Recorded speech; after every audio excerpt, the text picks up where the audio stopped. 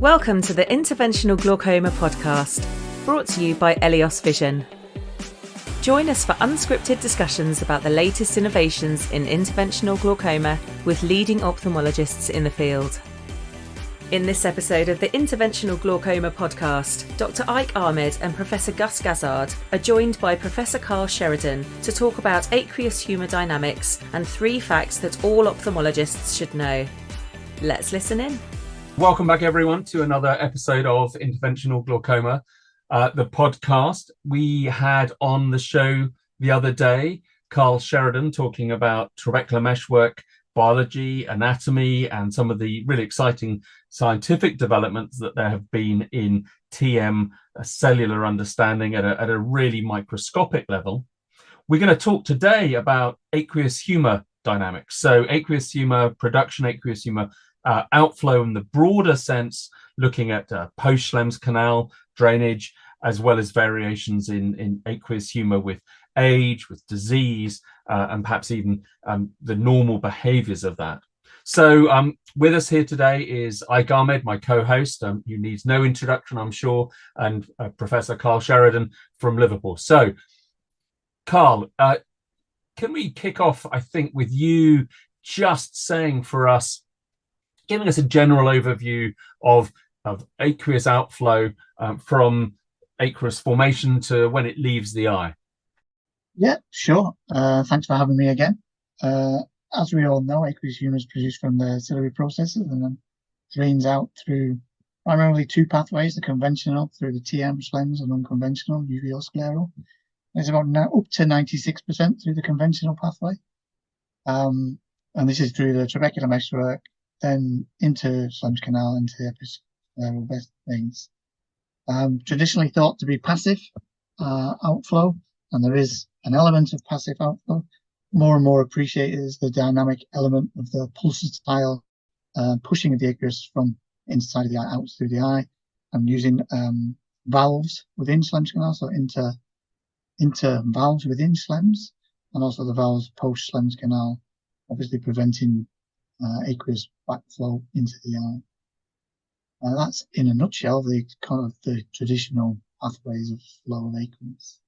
I'm wondering if you could maybe, Carl, shed some light on I think a question that we often are faced with in terms of where is the resistance to outflow, and where is the predominant resistance, and how does it change with aging and with disease? Like, for example, we know that we have a conventional and non-conventional outflow. We're taught that the majority of conventional outflow is at the level of the TM, specifically at the juxtacanalicular meshwork. And we're taught that, episcleral venous pressure, you hear different numbers, should be 8 or 12 or whatever it may be. And how much of the resistance actually is beyond the TM and the canal? Okay, sure. So most of the resistance occurs at the TM, but within a specific region within the TM. The JCT, so the juxtacanicular tissue, and this is the area which is just adjacent to Schlemm's canal. This area is less porous than the earlier parts of the TM, and it's a dynamic turnover of ECM, and so this is where most of the resistance occurs. The Schlemm's canal itself, the endothelial cells, produce these vacuoles to facilitate aqueous across into the system, but this probably only accounts for about 10 to 20% of the flow. A lot of the flow is obviously from this dynamic movement into these valves as well. There is becoming more and more evidence that distal within the Schlemm's and beyond, the change in pressure there has also an implication on the outflow. With POAG, a lot of the changes that occur in the TM, we lose number of cells, we lose the beams, the collagen beams, which give the porosity, or the gaps between the beams and the cells. These tend to the beams get thicker. The structure itself gets thinner, but the beams get thicker and more compact, so the porosity is less. So there's less ability for aqueous to move through that area physically, whether it be a pump or whether it to reach the endothelial cell. And the cells themselves, as I mentioned, we lose the number of cells, but they also become dysfunctional, less able to phagocytose. The Schlemm's canal endothelium cells, if we go stage by stage, those themselves become less functional, so they don't have as many vacuoles moving aqueous humour across. There's various stages A lot of those are age-related changes, but seem to be more pronounced in glaucoma patients. And obviously, age is a major risk factor as well. So, the structure within these, if I just touch on, I know I'm answering quite long here, but if I just touch on the stem cell population, because previously a lot of structures in the eye, the cells you're born with, are the cells you have to your die. So it's not, not without ease of understanding that as we age, these cells are becoming less and less ability to function. And because we're asking quite a lot of them as we're living, that's to be much longer than we ever have before. What perplexed me sometimes is that we literally can remove a strip of TM, like 360 degrees. Yeah. And you think, okay, what you just said right now makes a lot of sense. We're removing the resistance, primary resistance point. But yet in some of these patients, we see like no pressure change. And I tried to reconcile, why is that? Is there something going on beyond we're not understanding? Are we losing, as you mentioned last time, some of the pump mechanism aspect of it? Is there anything you can shed as far as your learnings or your experience and in terms of what, how do we reconcile that concept when we actually remove the resistance and what you just said?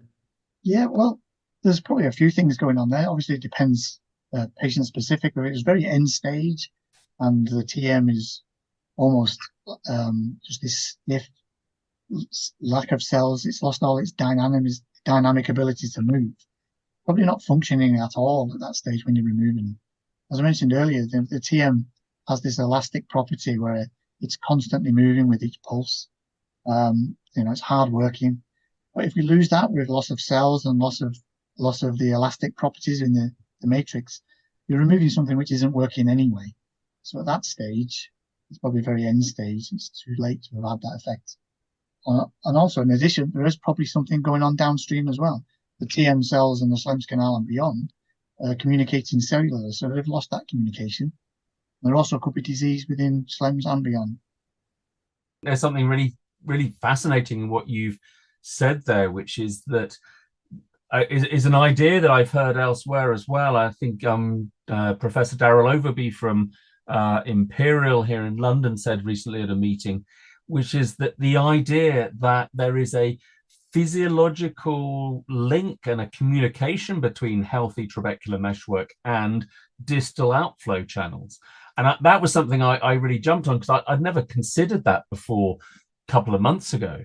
And this realization that you guys looking at the cells are thinking that maybe trabecular meshwork is not just communicating, but is important for the healthy functioning of distal outflow channels. And if that's true, and I know that's speculative, but if that's true, that's quite an important, powerful thing for us to be considering, and maybe part of an answer towards Ike's, which is how come we can remove or incise or open up 360 degrees trabecular meshwork and yet end up with relatively little long-term pressure response, as you do see in some eyes. So, maybe there's some sort of physiological, not necessarily control mechanism, but requirement for healthy functioning of distal outflow channels. And I think those distal outflow channels, we know they're going to be that system there.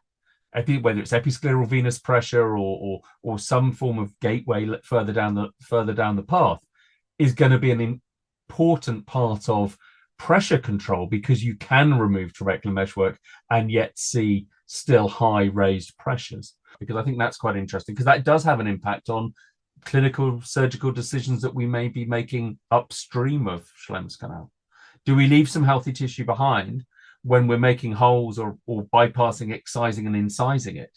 When we're cutting it out, should we cut out the whole thing, or should we just punch a few small holes to allow fluid flow, but at the same time retain some physiological function of these tissues? Because that's going to be important. Yeah, I completely agree.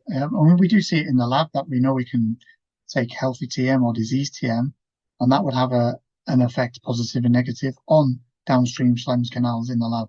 So, and we know that now more and more, it's not just cell-cell communication. We know that cells, TM, directly contact TM cells, adjacent cells, but we also now have evidence of like nanotubules going quite some lengths away, so not adjacent cells, the cells further away from them, having direct communication, as well as the factors which are being secreted. So yeah, there is this, symbiotic, healthy relationship of the TM cells affecting the cells downstream, as it were, within the outflow pathway. And I think this kind of just, again, this is the Interventional Glaucoma podcast, and I think it just really nicely melds into the rationale. I mean, we so often talk about clinical rationale, addressing adherence, compliance, topical side effects, quality of life, diurnal fluctuation, which I know we haven't spoken about yet.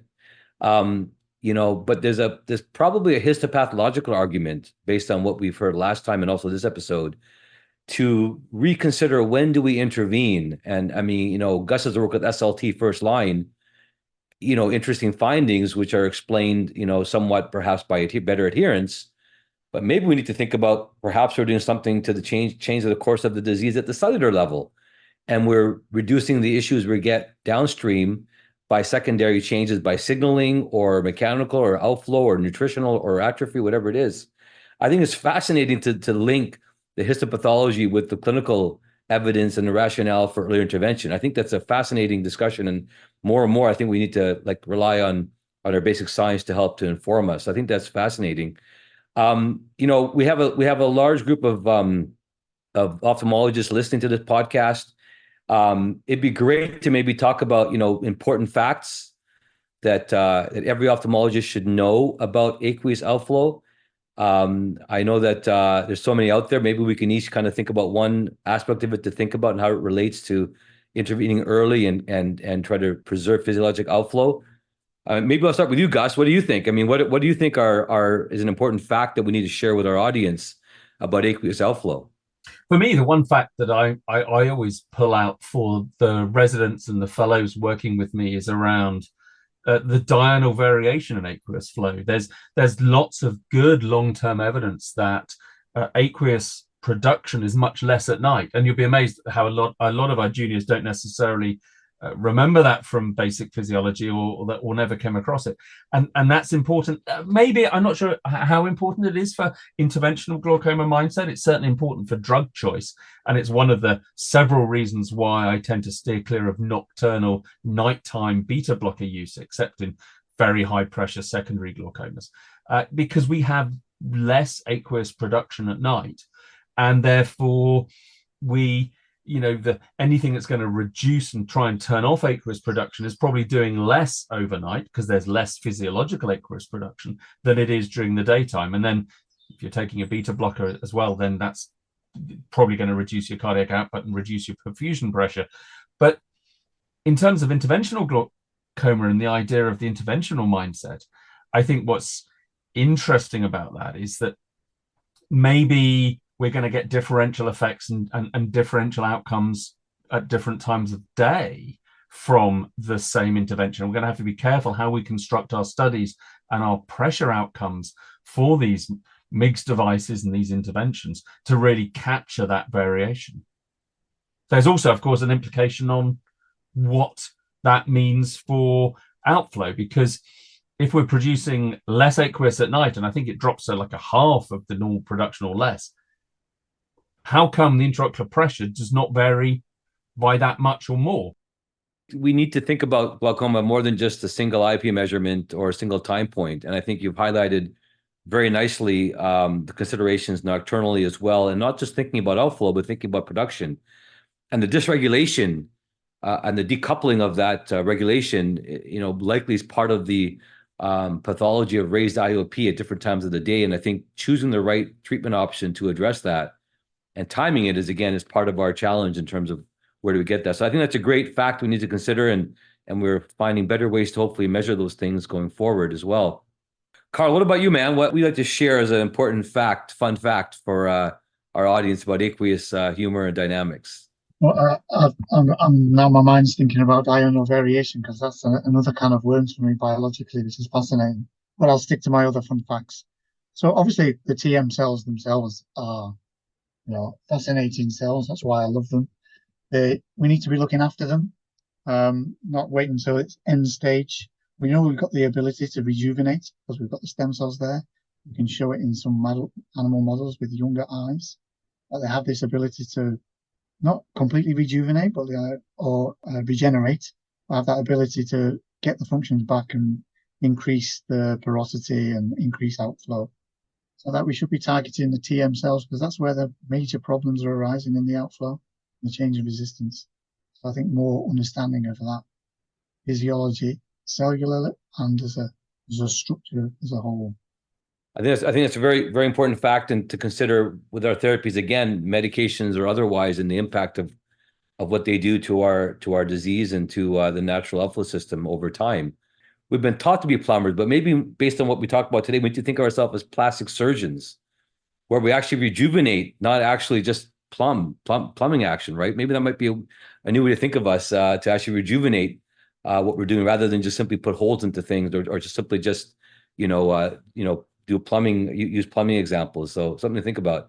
I wanted to just share something, maybe which is partly a fact, maybe not a fact, but also a question, is understanding aqueous outflow in that, I think there is a bit of a misconception that perhaps aqueous flows equally across the entire TM, 360 degrees, and that aqueous, travels circumferentially. And from my understanding, and you can correct me if I'm wrong, both Carl and Gus, aqueous outflow is very much segmental. TM, aqueous passes through TM and then reaches the outflow system through collector channels in the outer wall of the canal. And those outflow channels can be, of different density and different sizes and capacity across the TM. At any given time, our outflow may be in one area only, the TM of the canal system, and not necessarily the other areas. And other areas may be recruited should pathology occur in those areas. So I think that one of the things I think we should consider is thinking about segmental outflow as a concept of aqueous, distal outflow pathways, and how does that relate to what do we do in terms of our glaucoma therapies? It's interesting that we mentioned aqueous angiography, and there's, we know that distal outflow system consists of larger aqueous veins, which to me, have more capacity than some of the more plexus-like, intricate drainage areas of the canal, beyond the canal. But yeah, some of the work that's been done and, has maybe indicated that perhaps we should be targeting the areas where there may be less of those larger capacity vessels. So I think the jury's still out where to go on those, but I think that the idea that aqueous outflow is segmental, I think, is an important fact, I think, in terms of how we think about intervening and preserving tissue. Yeah, I completely agree. I mean, we're seeing it more and more that, clinically, it's obviously going to be a challenge for you to say, oh, this is the area where there's more outflow. I mean, we know there's difference in number of collector channels. Gravity probably plays a role in that, the way we've got more inferior than superior. It's like more biology needs to be done to understand, so we can target those areas and see whether there's changes, whether it's a change in the porosity or the stem cell population or the elasticity of that area. So these are questions that we really need to answer as well. I think for me, it's the exciting idea that there's so much more that we're going to yet be able to learn about these structures and about these flows over the next few years, and that we're really on the cusp of a huge wave of more information from the sort of beautiful X-ray, microscopic CT work that Carl's done so beautifully, showing the punched out holes that you can get with an excimer laser from TM, right the way through to, I know, Alex Huang's, angiography work, looking at distal outflow channels in more detail in the distribution. So I think there's a huge amount to be gained from the work in this. I always try and like to pull it back to our clinical day-to-day, and I think trabecular bypass makes sense. Trabecular blockage removal makes sense. And then the question then for us is, should we be doing that with a laser? Should we be doing that with a device? Should we be doing that with a knife? And I think hopefully some of Carl's answers today have brought us a step closer to making those decisions when we're choosing what to do for our patients. So thank you, Carl. So thank you to both of you. Gus, with all your insights and co-hosting these episodes, and Carl certainly with such a vast, deep knowledge on the basic science of the outflow system, I think is key to unlock these questions, which we still have. I think this interventional era has been exciting, but it also has raised many more questions and answers. And I think we look to folks like yourself to help guide us. We've covered some really important concepts in terms of aqueous dynamics and outflow and production. I think the efforts to try to restore and preserve physiology, I think, is important, as we've heard. That likely relates to intervening at the right stage of disease before things become more difficult and more irreversible, and that's the concept of early intervention. And understanding these mechanisms, I think, are key to help inform us on those aspects of it as well. Thank you to you, both of you. Thank you to Ilios for your support, and thank you for tuning in to Interventional Glaucoma Podcasting. I hope you want to hear more, and be sure to subscribe to this series. You'll hear about new episodes, and they're going to get more and more controversial and more exciting, no doubt. And we look forward to more guests. So thank you very much. Thank you for tuning into this episode of Interventional Glaucoma. Want to hear more? Be sure to click the subscribe button to be notified of new episodes. For more information about this episode's topic, read the show notes at eliosvision.com/OUS/podcast. Elios Vision GmbH is the EU distributor of Elios, manufactured by Emlaze GmbH, and the Fido laser applicator, manufactured by Vinert Fiber Optics GmbH. Elios is CE marked and licensed for use in the EU and is currently under investigational use in the US. Please refer to the full disclaimer in the show notes.